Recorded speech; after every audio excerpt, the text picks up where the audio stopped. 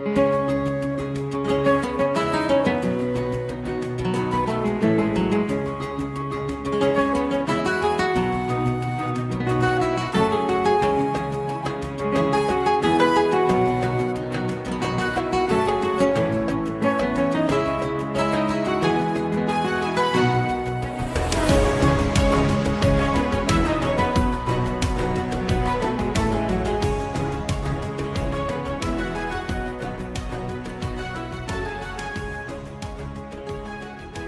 and welcome to today's Slice of Medieval with myself, Sharon Bennett Connolly, and my wonderful colleague, Derek Birks. Today, I think the onus is going to be heavily on Derek to do the talking because this is more his subject than mine, but I will do my best.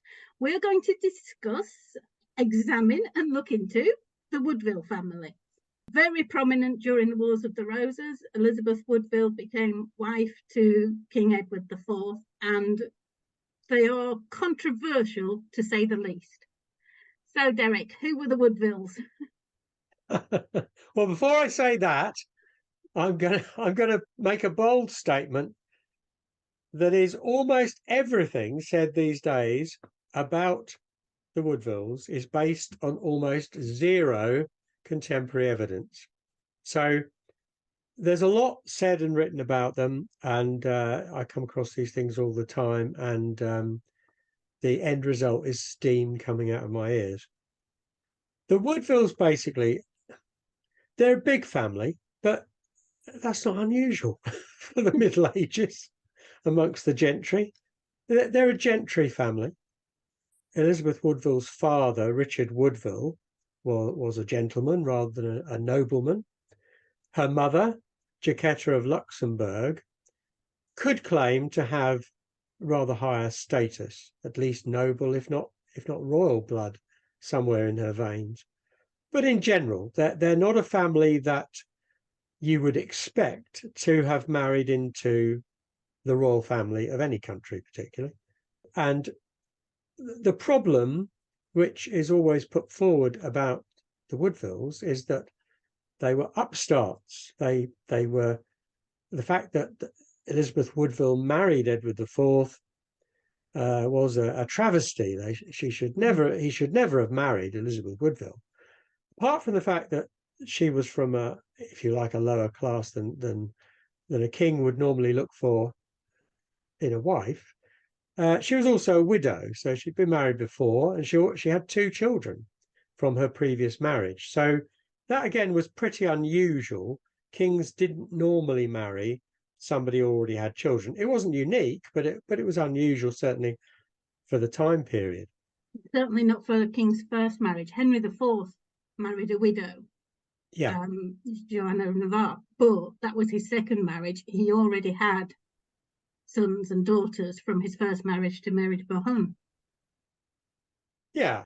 The problem that arises with the Woodvilles is that Elizabeth Woodville has 5 brothers and 6 sisters. So that's a lot of people to marry into the royal family. It's a huge influx of people, all of whom have to be provided for, as they would, if they married into a noble family. There would be connections that would have to be made. The difference being that with the royal family, all of the connections that are made with those sisters and brothers take on a rather greater importance, and everybody looks at them as being very significant connections. I think the other thing is everybody sees their rise as being post-Edward, when Elizabeth married Edward. But Richard Woodville, Elizabeth's father, was a bit of a social climber even before that anyway. He had been in the service of John, Duke of Bedford. Yes. When Bedford died, he escorted Bedford's wife, Jacquetta, Duchess of Bedford, back to England, secretly married her, and was fined £1,000 by the king for doing that, but then was forgiven. And they had, I think I was just reading, they had something like between £7,000 and £8,000 a year income because of Jacquetta's dower lands. But they were already serving in the court as well. Jacquetta was a friend of Margaret of Anjou, and Yes. Rivers was given a barony in about, I can't remember, was it 1448 or 1450 or something? So he was already rising through the ranks before Elizabeth married Edward. It's just the rise got a little steeper and a little faster after his daughter's marriage. Yeah, I mean, obviously he already had arranged a good marriage for Elizabeth. She was married to John Grey, and that was a good marriage for a Woodville daughter. And if John Grey hadn't been killed at St Albans, I think it was, St Albans in 1461. And he was on the Lancastrian side. More of that later. But there's no reason to suppose that Elizabeth's marriage to Edward could possibly have taken place. So in a sense, the whole thing occurs because her husband is killed. Otherwise, she wouldn't be on the marriage market at all, and all of the things that we're going to talk about would be completely irrelevant. So the other thing that always annoys me a little bit, Richard Woodville is no Thomas Boleyn. He is not hawking his daughters around court, hoping to entrap the king or anybody else into marrying them. Yes, he's a social climber, but every single noble or gentle family in 15th century England wanted to advance their cause, the family's cause. That's what it was all about. That was the mindset. Anything else, to talk about that in any other way is nonsense, because he was typical. Maybe he was a bigger social climber than others. Maybe he worked harder at it, but it was the same mindset for all of them, whatever class they were, really. I mean, we said this before. And when you have a big family, you have to provide for them in some way. You have to marry them off to various other families to make sure that you're not paying for them for the rest of your life. Yeah, I mean, one of the myths that, I mean, she has 6 sisters, and clearly marriages for 6 sisters of sufficient standing to match their new status is going to affect the royal marriage market or the noble marriage market. It must do. That's a lot of marriages. But she had 5 brothers, and only one of those had a marriage that was arranged because of his status. Yeah. Now, and obviously his marriage was a corker. His John Woodville's marriage to Catherine, Duchess of Norfolk, was, shall we say, excited comment at the time, let alone recently. Yeah, December to May wedding, if ever there was one. Yeah, a slight age difference. He was in his 20s, she was in her 60s. Again, I've seen no evidence at all that suggests she didn't like this idea. Well, what's not to like? Her heirs didn't like this idea at all. But there's nothing. Yeah, exactly. A toy boy. So yeah, there's a real problem.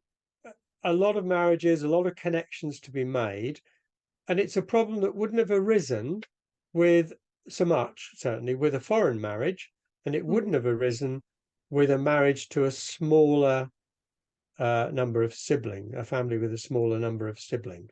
This is one of the things that riles me, though, because a lot of the time it's like, oh, because he married, Edward married a subject, and it was he was the first king since, I think, Ethelred the Unready was the last one to marry a subject.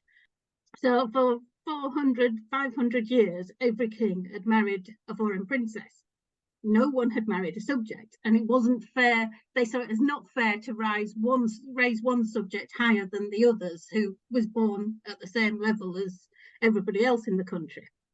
Now, at the same time, you look at the marriage of Henry VI and Margaret of Anjou. She was a foreign princess, and she gets criticised for being a foreign princess. So you can't win. You can imagine Edward going, well, if I marry a subject, I've got none of that. She's a foreigner. She's doing this to ally to France or anything. I can just, she's going to be in it for England rather than her own family abroad. he gets criticised because she's a subject, and Henry VI gets criticised because she isn't a subject. Yeah, I mean, there are obviously problems with marrying abroad. There are obviously problems with marrying domestically. But I think at the end of the day, I don't think it actually matters. A lot of things, people draw a lot of importance from some individual points, which I think in the great scheme of things in the 15th century don't actually make much difference. The only thing that makes much difference with the number of marriages, the only person who is affected more than most is Warwick, the Earl of Warwick, Richard Neville, Earl of Warwick. But even he, as perhaps we'll look at in a minute, even he does not suffer directly because of most of the Woodville marriages. Well, the marriage itself, that's an interesting topic, which has been discussed until it's reduced to dust, more or less. This whole idea of was the marriage to Elizabeth valid has been raised because it was raised in 1483 by Richard III. What are your thoughts on that? Well, I have a problem with well, it must be true because Edward had a habit of doing it. He must have agreed to marry Eleanor Butler because he did have this habit of agreeing to marry women to get them into bed. Now, the only woman we actually know he agreed to marry to get into bed is Elizabeth Woodville. And to me, with her, he acknowledged the wedding and he acknowledged the marriage and he stayed married to her. That to me is not a habit. So I don't get why they can say Edward had a habit of doing this. He only had a habit of doing it if the pre-contract's true. If the pre-contract isn't true, then he didn't do it with anybody else. Nobody else came forward and said, "Oh, he agreed to marry me," and then he dumped me. Yeah, I mean, even if the pre-contract was valid, that's not habit either.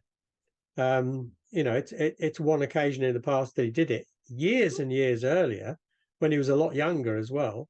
And at the end of the day, whether the marriage was valid or not actually turns out to be legally irrelevant. So when Bishop Stillington produces this particular rabbit out of the hat in June 1483, at a rather timely moment for Richard, Duke of Gloucester. Stillington had already been imprisoned by Edward at one stage. So why didn't he speak out then when he was already in trouble with Edward? He could have spoken out then and said that Edward had previously been married and the marriage was invalid. And then, he's already in trouble and in the Tower. So he would have just piled that on.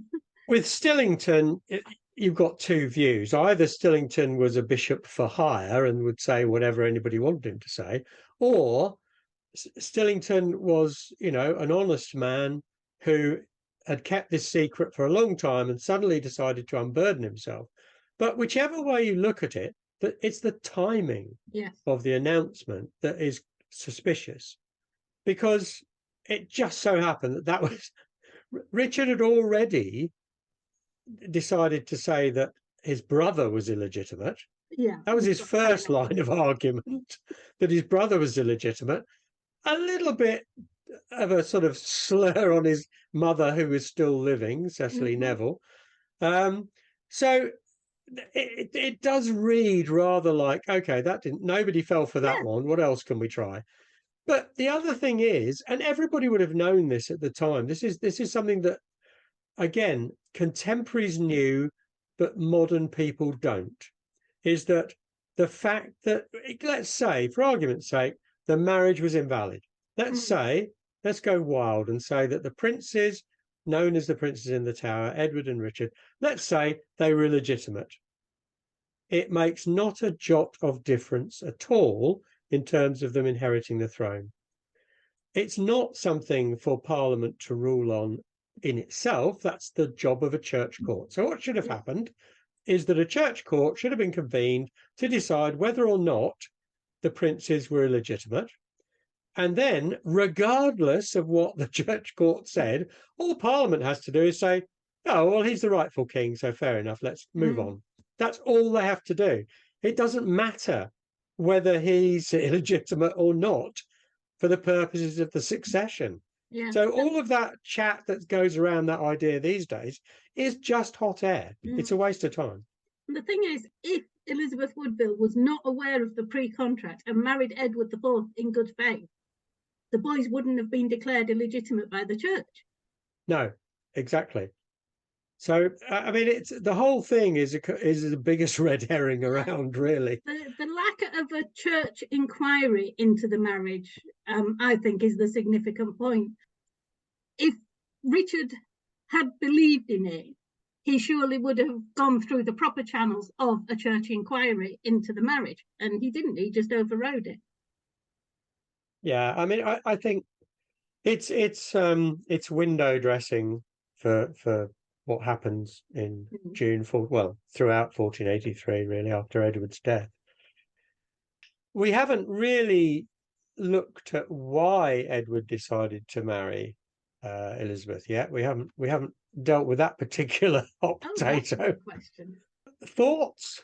Given that Henry VI only had one son, and that was it, one child, she already had two sons, so he knew Elizabeth was fertile and had had boys.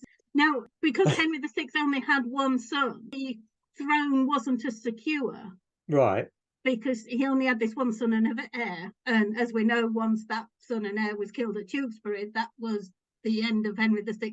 But in looking at Elizabeth Woodville, she already had two sons. I mean, her mother had 14 children. Yeah. So as a dynastic choice, Elizabeth Woodville was perfect.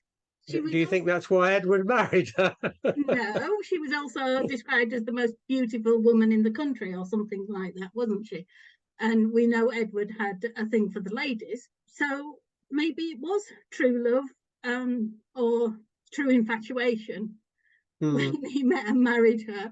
But as the gentleman he was, he followed through with it, acknowledged the marriage and brought her to court. I know it took him a couple of months, but he did do that. I just think it's got all the elements of a love story, but it also has some dynastic common sense in there. And like I said, because she wasn't a foreign princess, you didn't have the argument of her looking after her foreign relatives rather than looking after England. So I think also with the stick Margaret of Anjou got for being a foreigner and for losing them the 100 Years' War and things like that, Elizabeth Woodville didn't bring any of that baggage. She brought a lot of other baggage with her.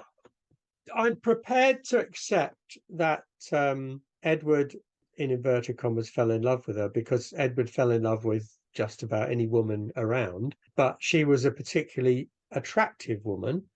And she was available because she was a widow. You know, I can understand that. There's that chivalry, isn't there? She needed help. She needed his protection. And he was, you know, early 20s, young man, still high on chivalry, even though he'd seen a few battles by now. He would have seen that as being his duty. Yeah, it wasn't his duty to marry her, though. With his own desires. I think...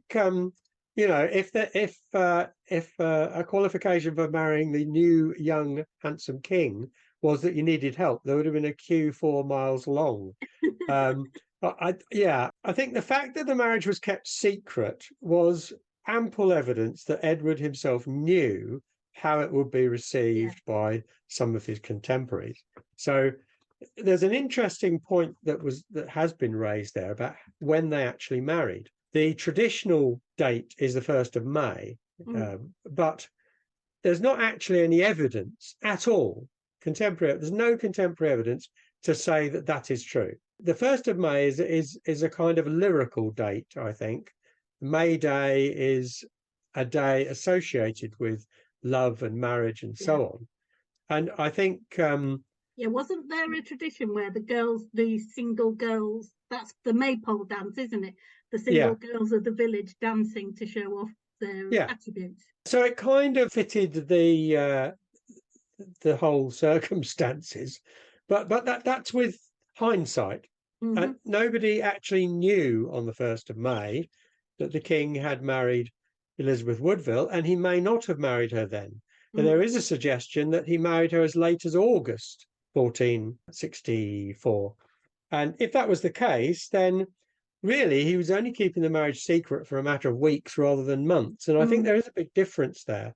If you're keeping something secret for months, you are really worried about it. Yeah. But if you're keeping it a secret for weeks, then you're just thinking really how to announce it and how to present it, aren't you? So again, we're hamstrung by lack of genuine evidence on that. But yeah, I mean, I can see the argument why he married her.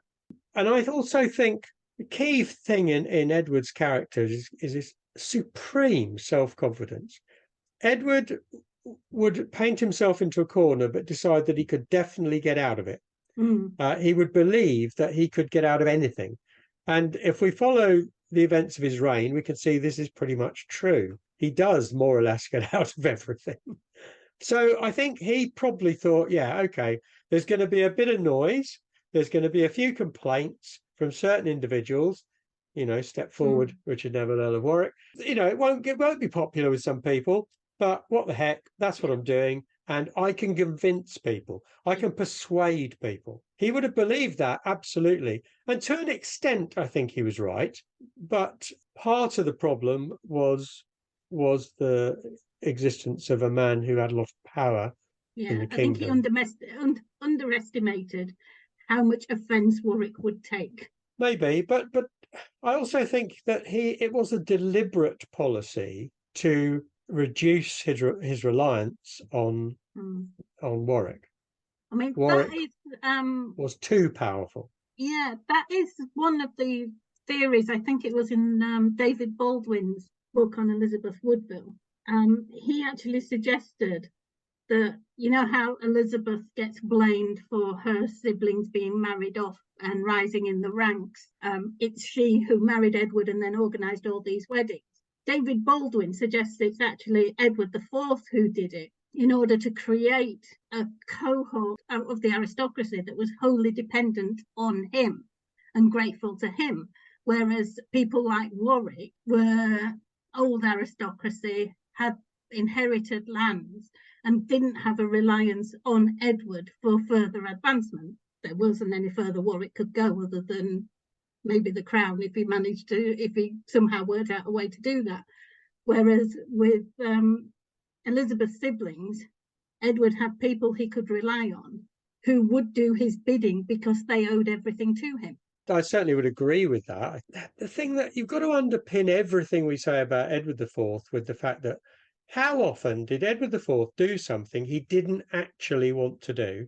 And how often did he want to do something that other people said, oh, no, don't do that. That's a big mistake. And he still did it because he's his own man.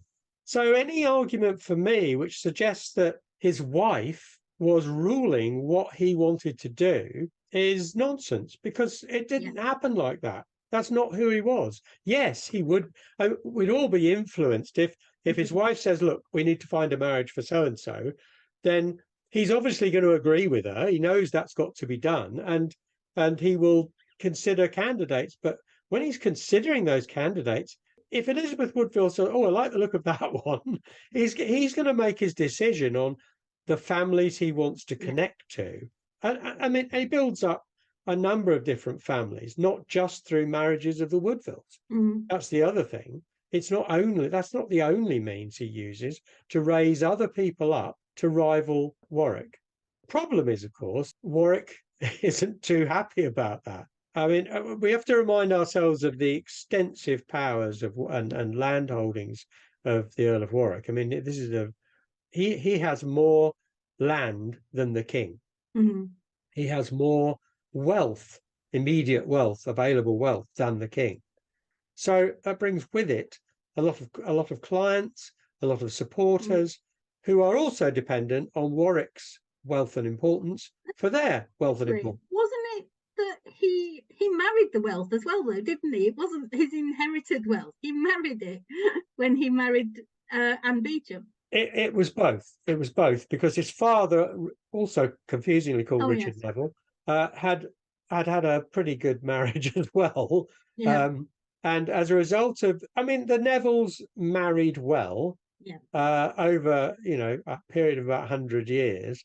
It's always said, oh, well, Warwick was old nobility. Well, the Neville family were a northern noble family, but they weren't that important anywhere other than in the north until really Richard Neville's father, the Earl of Salisbury, and then they gained connections. In the case of Warwick's father, his connections were with the family of Richard, Duke of York. Cecily Neville was his sister, and so on. So, this isn't something that's just suddenly arisen, but equally, it's not something that dates from 1066. The Neville family were relatively old aristocracy, but that's got nothing to do with it, really. It's the personal ambition of Warwick and his own personal situation, because Warwick had no sons. And in that respect, he was exactly the same as King Edward. He had no sons in the 60s either. So if you look at it from Warwick's point of view, and I think it's fair to do so, he needs to marry his daughters well. They are going to have his entire inheritance between them. So he needs to make sure that his daughters marry well. Now, there are lots of noble families they can marry into, but a lot of the sort of eligible ones are hoovered up by the Queen's sisters, eligible chaps. So what's left, and the notable one of those, of course, is the Duke of Buckingham, who would be a good prize in terms of his lineage, not in terms of his personality, but he's one of those that marries a Woodville sister. And that does annoy Warwick, because Buckingham is seen as a potential suitor for one of his daughters. But then Warwick gets it into his head, well, my daughters can't marry down, and if they can't marry equals, they're going to have to marry up. And there are two eligible bachelors knocking about who are the king's brothers. And so Warwick thinks, well, again, looking at it from his point of view, as far as he's concerned, Edward has created this problem for him. So Edward's got the solution in his hands. Let his daughters marry the king's brothers, or at least one of them, Clarence, perhaps, to marry Warwick's elder daughter. And Edward says, no, that's not happening. Forget it. It's not going to happen. He shuts the door. He slams the door, really. And I think that tells us a number of things. One, that Edward understands how powerful Warwick is, and there's no way that he's going to marry one of his brothers, but Clarence is the heir presumptive at that point, because there's no male heir, direct heir from Edward. So why on earth would you marry your brother, who is your heir, to the most powerful family in England? You just wouldn't do it. Only a fool of a king would do it. And Edward was not a fool of a king. So I can see it from both points of view. I can see why Warwick was annoyed. I can see it, well, more than annoyed. He felt that his family's whole future lay in tatters. He had to achieve a decent marriage, or at least one of his daughters. Didn't have to be both, but at least one of them, for the family to survive. And again, it's that 15th century mindset. Family was all. The future of the family was what dictated what you did. And so when Edward, quite reasonably from Edward's point of view, shut down that possibility, it meant Warwick was very disaffected indeed. So in that sense, the Woodville marriages contributed to that, but it didn't create the whole problem. But one can understand it from both points of view, I think. In 1469, Neville basically rebels. He's been refused the marriage of George and Isabel by Edward IV, and he's had enough. So he actually seizes the king and takes control of the country. I don't know what he actually thought he could do by taking control of Edward.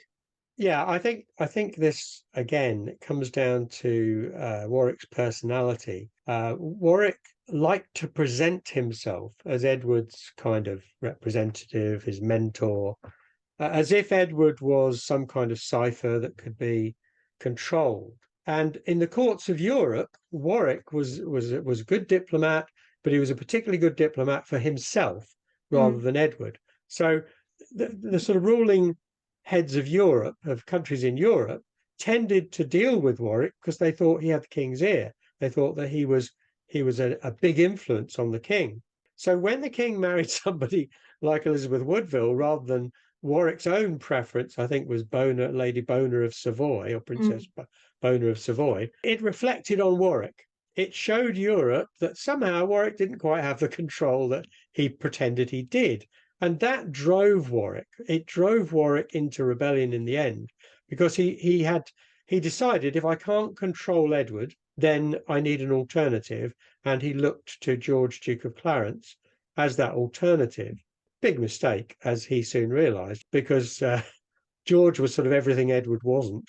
They had similar good looks, but apart from that, that's where the similarities ended. So he engineers a situation, all the while sort of smiling and, saying everything's fine. He engineers a situation where he is sort of issuing propaganda which is against Edward. He's undermining Edward. He marries his daughter Isabel to George in Calais, which is his own little patch of the world, because he's captain of Calais. Calais has a standing army. It's the only part of England that does. And so he has force available, but he's already prepared the way in 1468. He's already got his clients in the north of England creating unrest, creating problems. And in the end, we have this army that marches down from the north in 1469. And I think Warwick's intentions are made pretty clear when that army defeats a royal army. We won't go into the ins and outs of the Battle of Edgecote, but the upshot is that what does Warwick do immediately? He executes two of the people that he regards as upstarts. That's somebody who thinks he's got power, isn't he? If he thinks he's got the right to execute the Queen's dad and the Queen's brother.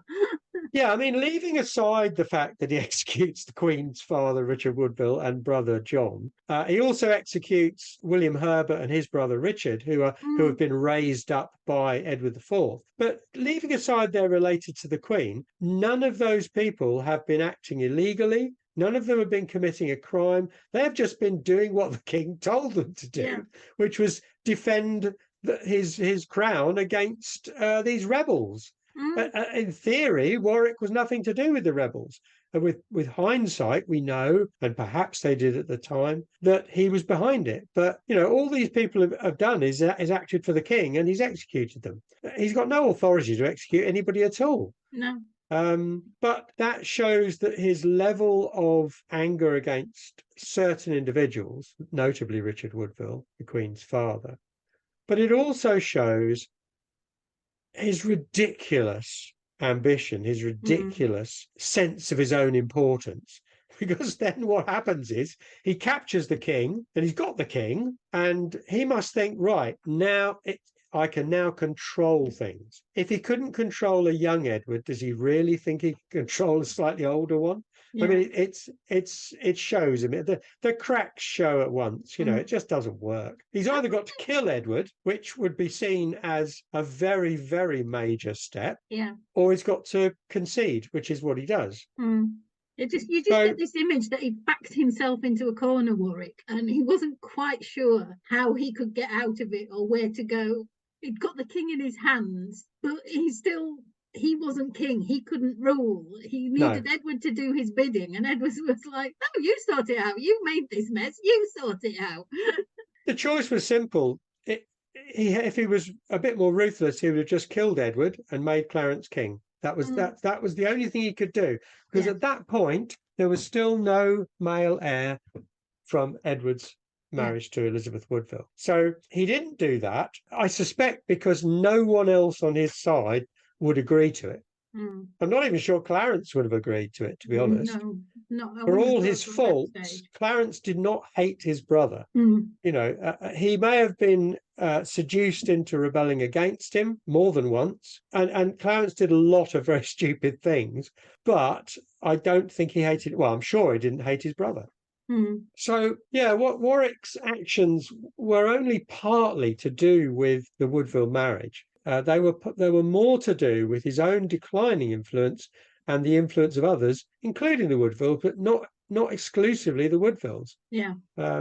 He just didn't like sharing influence. And the thing we must say is that if we're not careful, you can paint a picture that Warwick is in some way being demoted by the king. Warwick is actually being showered with rewards right through this whole period. Even after 1469, Edward is still giving him more land, still giving him influence. So it's a nonsense, really.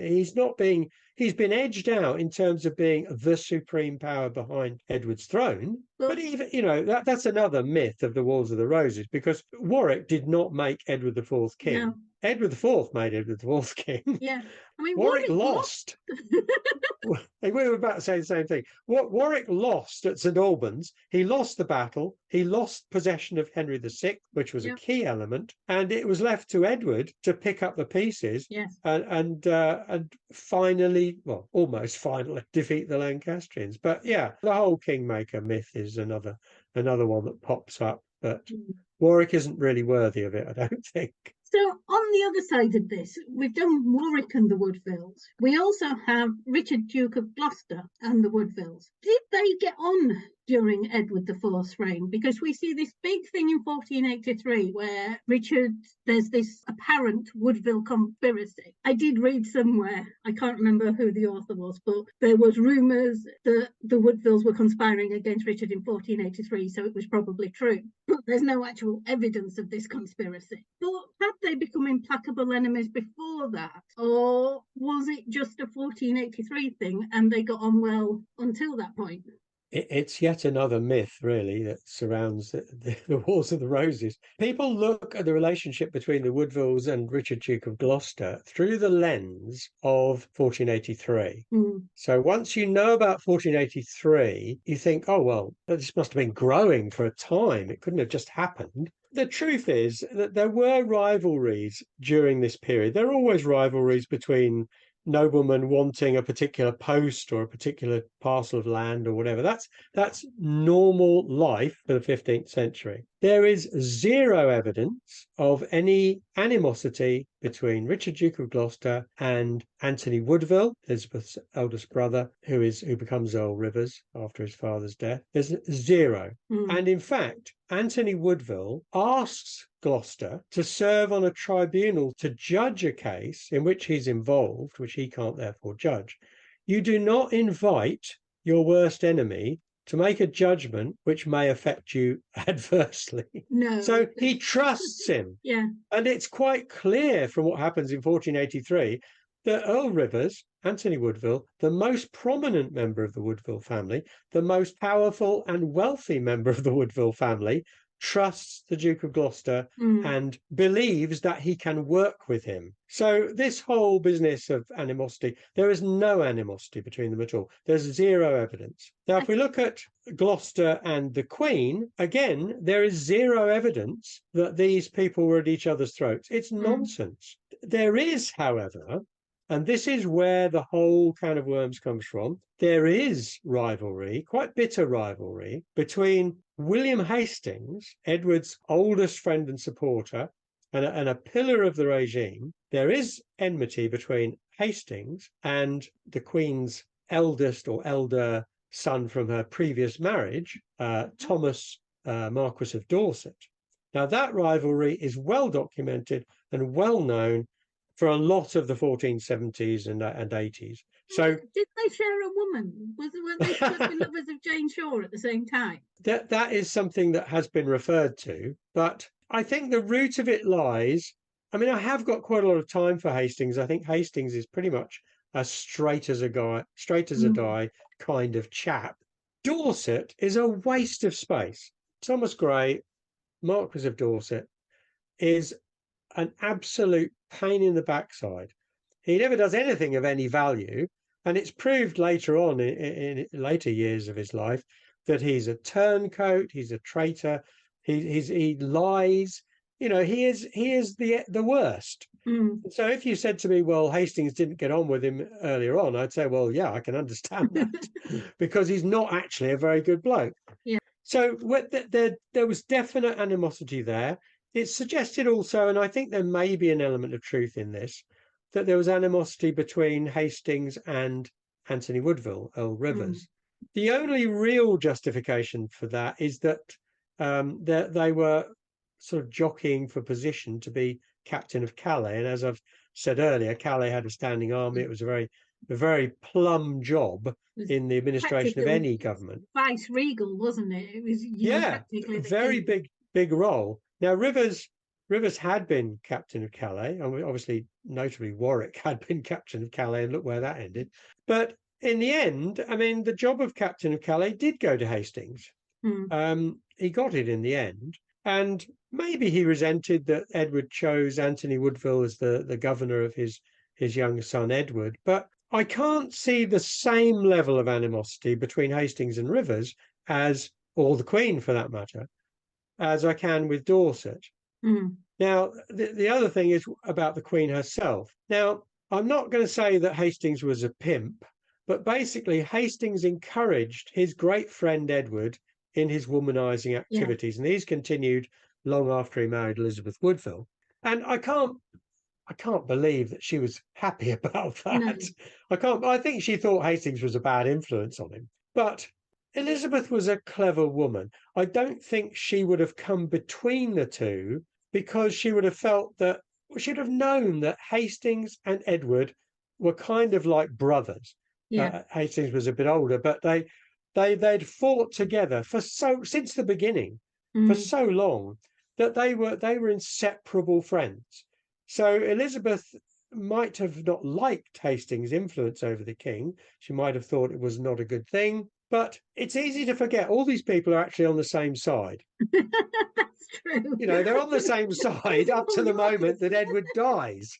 And I think it's so easy to use hindsight. What I try and do with the events of 1483 and what leads up to them is to look at what people were trying to achieve, what we know they were trying to do, what we know their situation was, rather than saying, well, they were enemies from the start, so this was bound to happen. It didn't happen like that. It just didn't. I'm sorry. It just didn't happen like that. No, I think the thing is, in fiction, I'm thinking of a couple of novels where it's George, Duke of Clarence, who he first accuses Elizabeth of poisoning his wife Isabel through, I can't remember her name. She's down in Somerset somewhere, I think. Yeah.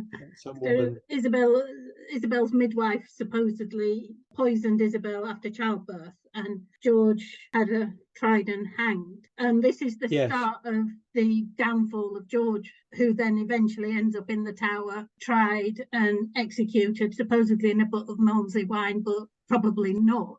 But in fiction, that is the point where Richard turns against Elizabeth Woodville, because he sees Elizabeth as the one who orchestrated George's downfall after he accused her of being involved in Isabel's death. Yeah, I think more nonsense, I'm afraid. I mean, the whole thing with Clarence is, Clarence did his best to get himself killed, to get himself executed. He really tried. He worked at it. I think Edward was very patient with George and gave him plenty of opportunity to pull himself out of it, but he never quite saw the.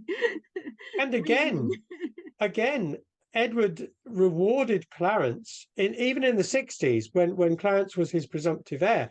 He made sure that Clarence had lands and influence to match that status. So at no point in his entire life after Edward became king could Clarence claim that anyone had persuaded Edward to destroy him or anything else, or even weaken him. The big thing in the 1470s really had almost nothing to do with the Queen. It was the dispute between the two brothers, Richard of Gloucester and George, Duke of Clarence, over the Warwick inheritance. It was all about the Warwick inheritance. That's what both of them were bothered about. They weren't bothered about the Queen at all, either of them. So Clarence threw out accusations like most people throw confetti at a wedding. He just sort of hurled things out because he was an angry man for a lot of his life, I think. A frustrated, angry man, but really he had less reason to be either frustrated or angry than most people. Typical middle son, wasn't he? Middle child syndrome, written all over his face. Yeah, but I mean, I've said this before. What a shame that Edward IV didn't have brothers like Henry V did. Yes. Who largely were going to protect his legacy. They're not perfect by any means, but I think Clarence is a weak reed in any judgment, really. It's difficult to fathom how he manages to see the world, really, particularly as he gets half more or less half the Neville inheritance, which is obviously a massive inheritance.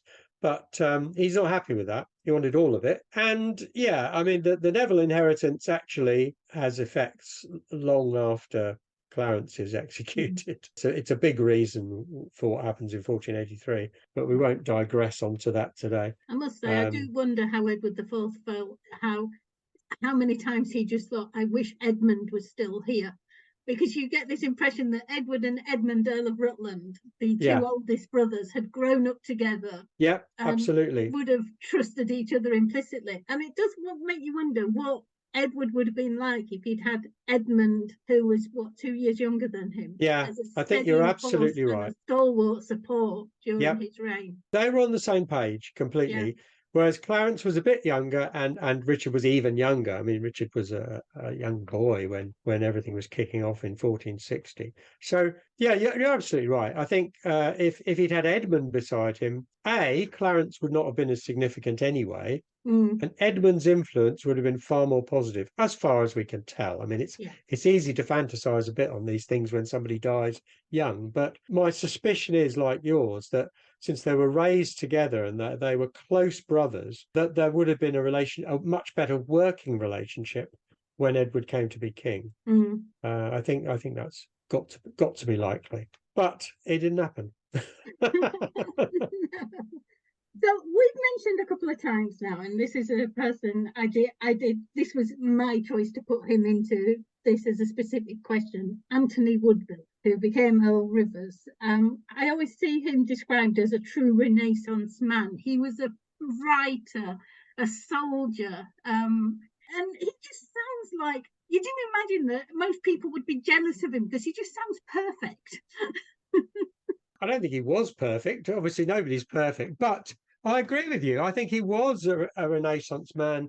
His patronage of William Caxton, for example, puts him above the rest in terms of his patronage of the arts. I mean, that was a major support of a new technology at the time, more or less. And as you say, he was an excellent soldier. He had everything going for him, really. And also a humble man in many ways. I mean, he did the pilgrimage to Santiago de Compostela. That's it, Santiago de Compostela. He did that pilgrimage, even though Edward didn't want him to go. He said, well, spiritually, this is something I need to do after all the death and chaos of the previous few years. This was in the early 70s, after Tewkesbury and so on. So I admire the man. I think he's great. I think he's one of the great men of the age. And people have said, well, it was a big mistake to make him the governor of Prince Edward. And I'm thinking, why? Who was better? Who was better equipped to raise a young prince? Nobody, basically. One of his books was one of the first ever printed, the Dicts and Sayings of, I can't remember what, of the philosophers. He did a very good job of raising Edward, I think.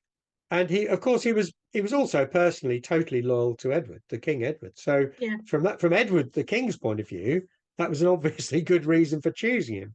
But I think when we look at what little we know about Prince Edward in 1483 and his actions and so on, I think we can say that his governor did a fantastic job of raising him as a prince.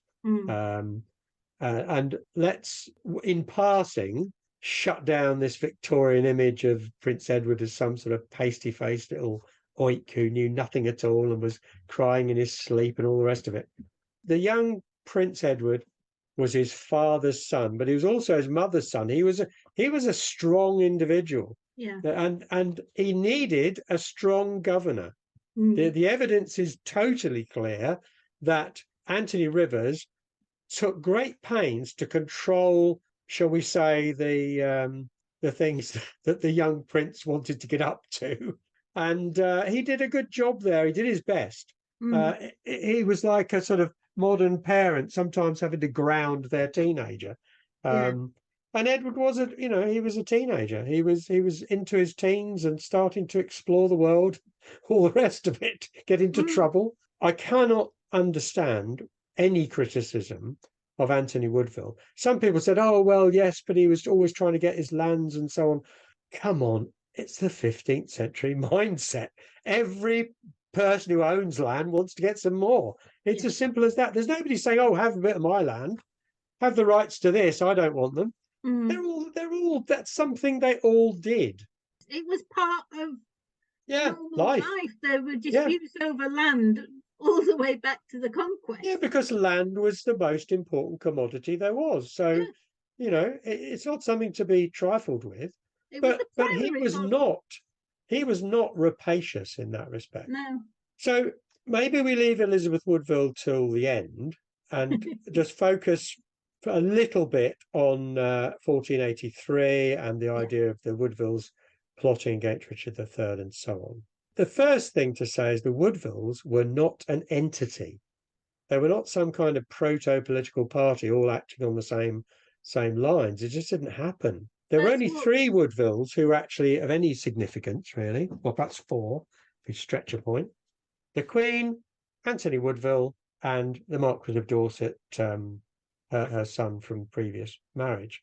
You could add Edward Woodville, who commanded the King's fleet, but he had no political axe to grind at that time. So, there's only a few people, a handful of people, barely even a handful, that we're talking about. So when people say, oh, well, the Woodvilles were plotting, zero evidence, none whatsoever. And it grates on me that they say the Woodvilles were plotting to put their king on the throne. They're talking about Edward V, the son and heir of Edward IV, and calling him a Woodville when he's actually a York.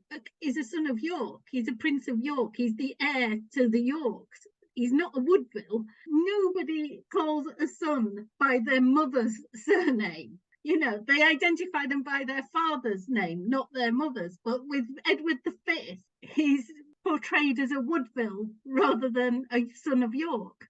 Yeah, but I think that's where one of the chickens is coming home to roost from Edward's marriage in the first place, because he's married somebody who is an English, well, not a nobleman, but a gentleman. The family is an English family. They already have connections here, there, and everywhere of their own, and they are distrusted because of that. So I can understand that up to a point. The fact is, though, that the means for such a plot did not exist. So it's possible for one of them to have plotted, but the idea that somehow Elizabeth Woodville, the Queen, was plotting with a brother to destroy the Duke of Gloucester, to be honest, it's just so stupid. I don't know quite how to deal with it, because Gloucester was controlling the north of the kingdom.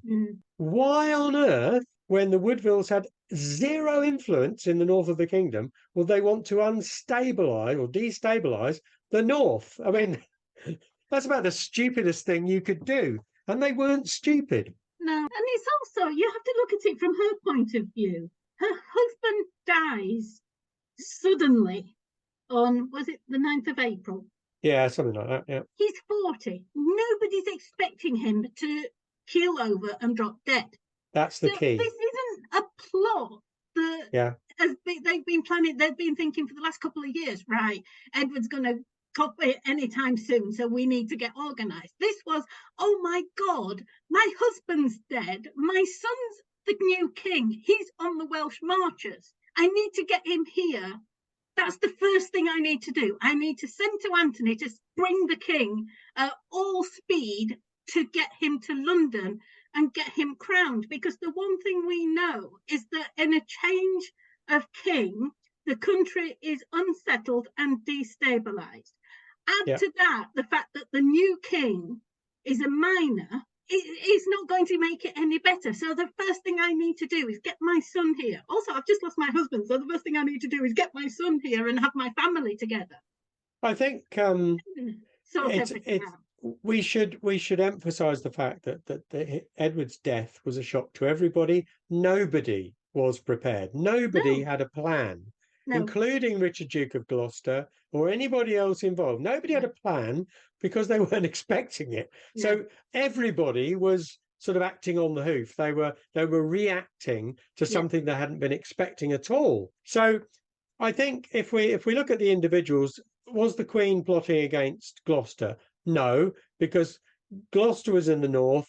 she was trying to get the regency for herself, undoubtedly, but the council didn't want that particularly. They weren't in favour of that for lots of reasons. She did not actually have the means to get armed forces. So if she was plotting from the weakest possible position, you know, compared to anybody else at court who had retainers and so on. She couldn't really call on any armed force. And you might say, okay, well, the regency. We've said this before. We said it with Margaret of Anjou when we did about her. In England, the regency did not automatically go to the mother of the heir. You know, Margaret of Anjou couldn't get the regency when Henry VI was mentally incapacitated. Catherine of Valois didn't get the regency when Henry VI was a child. It wasn't a move against Elizabeth. It wasn't an unusual move to not give her the regency. It was tradition to give it to the oldest male relative. And to split it between, like with Henry VI, between the brothers of Henry V.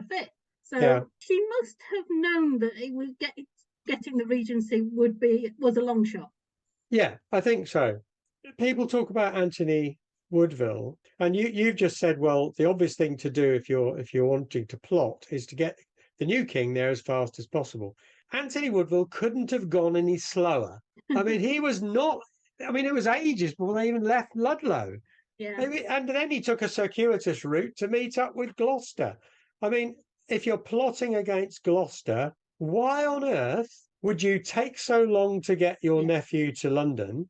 And secondly, why on earth would you go to dinner with him with only a handful of your men and leave the 2,000 men you've got with the prince? Yeah, you wouldn't even meet up with him, would you? They'd gone further on. He had to go back north to meet up with Richard. If you were plotting against Richard, you would actually put spurs to the horses and get to London first. And get control of London. Because as my son and I were saying the other day when he was doing a project on London, he who holds London holds England. So if you want to control the king and control England, you get to London first and leave Richard chewing on your dust. But he doesn't. He stops. He goes back and says, hello, Richard, we were waiting for you. I think the reality of it is that Rivers assumed that he would be working closely with Gloucester in the next few months and years. And therefore, it seemed a jolly good idea to meet up with him on the way, sort of chat over how they were going to approach things, when the coronation was going to be. All these sorts of things they could chat about informally before they even got to London. I mean, it is not some plot. It never was. Now, where does if it wasn't, where does it all come from? Well, partly it comes from Richard's justification for seizing control later on. He has to have a reason. He can't just say, oh, well, I've decided to disinherit my nephew. He has to create a problem that he's solving. And the problem he creates is that the Woodville family, the young prince's family, mother's family, have been trying to get rid of him, trying to weaken him and remove his power. So he creates a plot. And this is evident from the fact of what happens with Hastings. Now, we ought to talk about Hastings as far as this whole Woodville plot thing is concerned.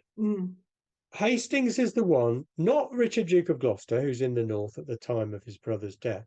Hastings is the one who panics. Now, remember, we just said it's a shock. How shocked is Hastings going to be that his best friend, his great friend of so many decades, has died suddenly? And he is in a position where he needs to try and sort things out because he's the king's chamberlain, he's at the centre of government, and he's his friend. And he's the man on site, you know. Yeah, absolutely. In the marches, Richard's in the north. He's the one who's actually there when Edward dies. Yeah. So in the council, they're arguing about the regency, and Elizabeth Woodville is strongly putting forward her case. And this panics Hastings a bit more, and he writes to Richard, Duke of Gloucester, and says, basically, get down here as fast as you can, because otherwise the Woodvilles will have taken control, or words to that effect, the Queen or whatever. So the panic and the fear of the Woodville dominance comes from Hastings, not the Duke of Gloucester, which of course has its huge ironies later on. Yes. But he's the one that panics. He's the one that says to Gloucester, you better get down here. And it's his rivalry with the Queen's eldest son from a previous marriage, the Marquis of Dorset, his rivalry, maybe the Queen's suspicion of him, that promotes that fear, that panic on his part. So the only person that we know of at the time that actually mentions a fear of Woodville dominance is William Hastings, and he acts upon it. He writes to Gloucester. So that's where I think that those are the two places that this whole plot theory comes from. It's partly Richard's justification later on. A couple of wagons of weapons are brought to London to display that the Woodvilles were stockpiling arms.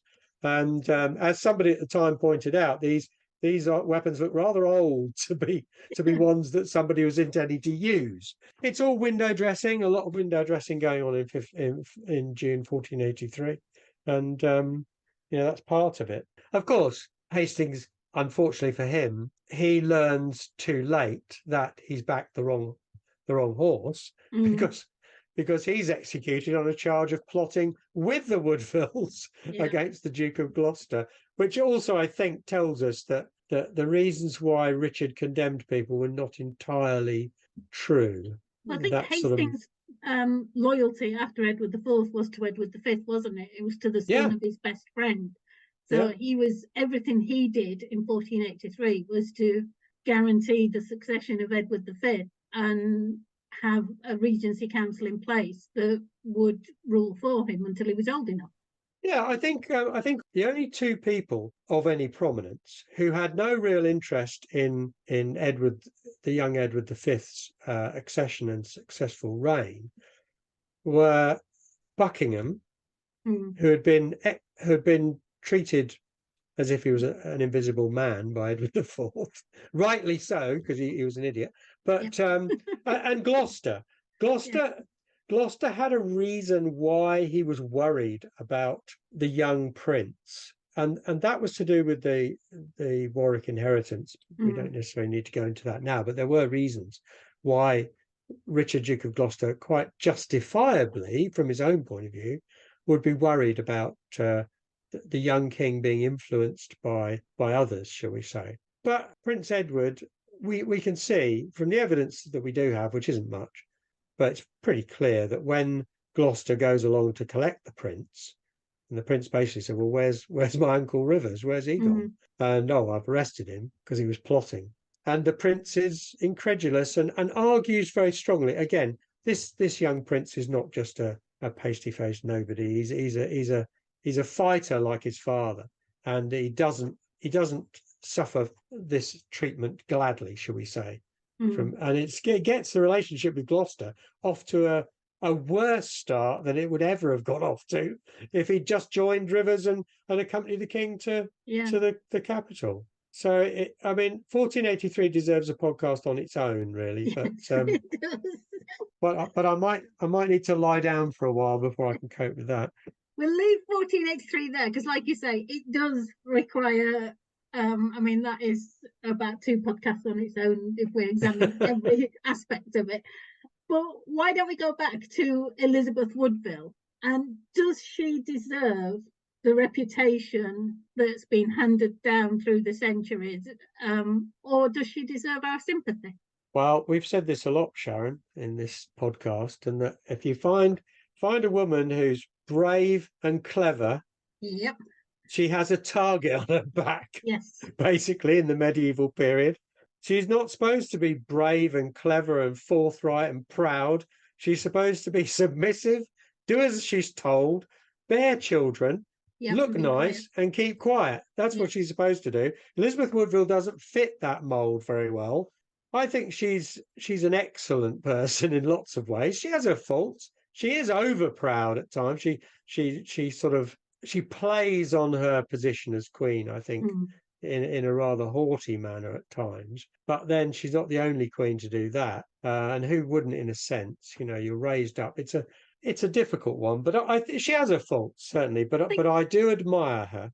Yeah, I think that's the thing. She wasn't. Whereas somebody like Catherine de Valois, Eleanor of Aquitaine, Eleanor of Castile, medieval women, foreign princesses, were raised with the expectation of becoming a queen or a great lady. Mm. So they were taught how to dissemble, how to make it look like they were being humble when they were actually being strong. I'm thinking of Yeah, Philippa of Hainault pleading yeah. with Edward III to release the burghers of Calais. She was doing the traditional role of the queen seeking mercy from the king.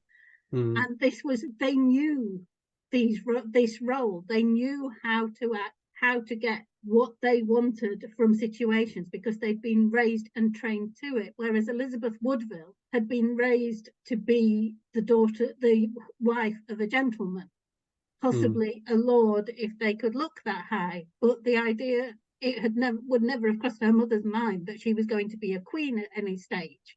No. So she hadn't had the training to be a queen. She was doing it on the hoof, basically, and doing a Yeah, good job considering. I think at her core, she was a pragmatist, like her Mm, husband. She did what she could. She defended her interests and those of her family if she could. yeah. She tried to do the right thing for her family and those that she cared about. And that might mean sometimes that she wasn't particularly kind to rivals or people who she didn't have that commitment to.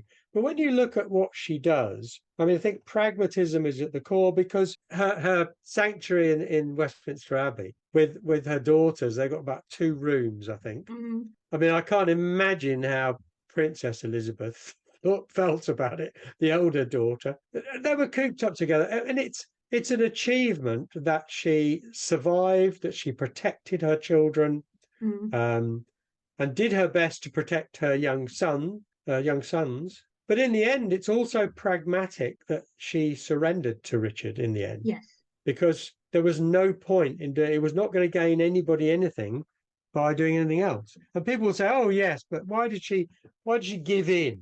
Well, she was in sanctuary for quite a while. Mm. Um, Yeah, and sanctuary is only supposed to be for 40 days, and then you either yeah, adjure the realm or seek mercy from the king.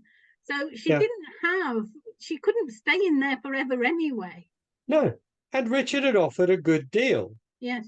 And believing that both her sons were dead, what else was there to do? Stay there forever? Mm, Make her daughters nuns or something in the end? I mean, what future did they have? They yeah. deserve better than that. And I think she therefore did a deal for them as much as anything else. I mean, she could hope to gain very little Yeah. at that point. Withdraw to a nunnery, whatever, she was not going to get much from Richard, but she could at least ensure that her daughters were able to get something, Mm, over whom there were a number, could actually go to court and have all the things that they would have had yeah. before. And that's what she achieved. And I just don't get the whole criticism of her, really. I mean, she was obviously accused of being a witch like her mother, on a number of occasions, but that was a standard accusation against women of power and women you didn't like. So again, I don't take any of that particularly seriously. I think most of her critics see her as the sort of arch enemy of Gloucester. It's the whole cult of Richard III that paints her as the villain of the piece. Yeah. But I just don't see that at all. I just can't see how that could be the case. And I'm absolutely certain, I'm as certain as I possibly can be, that contemporaries did not see her in that way. Mm, If they did, then what happened after 1483 could never have happened. It could never have happened that the southern gentry of England, not exactly as to a man, but a great number of them, ordinary, solid citizen gentry who could basically rule the country for the king, that they decided they could not support Richard. yes. It wouldn't have happened. If she was the villain, then it couldn't have happened that all these ordinary gentlemen and knights and so on would have voted with their feet and supported Henry Tudor Mm, rather than Richard III. It just couldn't have happened. So does she deserve sympathy? Yes, I think so. I think she really does. I mean, she lost so much, and you have this. Everybody says, she'd made this deal with Richard. She wouldn't have done that if he'd killed her sons. But the response to that, of course, is he did kill her son. He killed Richard. He had Richard Grey executed at Pontefract. Yeah. The same day that he had her brother Anthony Woodville executed at Pontefract. So she, like you say, she made a deal, and the deal was specifically for her daughters, because she made him promise that he would have her daughters at court and find them suitable husbands. Yeah, absolutely. That was specified, I think, in the agreement. Yeah. That Richard swore to uphold. And I think from Richard's point of view, he was happy with that. He just wanted the whole thing over. Yeah. It was embarrassing for him that she was sat in sanctuary when he was king. She'd already been, there was an act of parliament that said that she was no longer Dowager Queen, but now the widow Grey of Groby, I think it was. Yeah. So she'd already been demoted. Like you say, she couldn't stay in sanctuary. She had to think of her daughters. She had to sort out some kind of future. Richard was king, so she had to deal with him. There was no other way around it. Yeah, again, that's why I see her as totally practical. That whatever she might have wanted to happen, it wasn't going to. Yeah. Or she didn't believe it would. The suggestion was made, or has been made, that she and Margaret Beaufort were conspiring to get Henry Tudor on the throne. I think as time goes on, that is less the case. But I do think it's likely in the immediate aftermath of her son's disappearance, Prince's disappearance, that she would have been open to all sorts of things, including talking to Margaret Beaufort's representative. But what's wrong with that? Her husband's son, the heir to the throne, has just been, as she believes, done away with by Gloucester. So why wouldn't she conspire against him? Yeah. It'd be a weak person who didn't, really. And I don't think she would have conspired to marry Elizabeth of York to Henry Tudor if she hadn't wholeheartedly believed that her sons were dead. Yes, absolutely. There's no question about that. Anything else is difficult to believe, I think. So, in conclusion, I think we would both agree that the Woodvilles have had a very bad press. Yes. And the origin of that, whilst there are some issues there, undoubtedly issues, some rivalries and so on, that bad press is really caused by the cult of Richard III and the need to find a villain that Richard III was trying to defeat.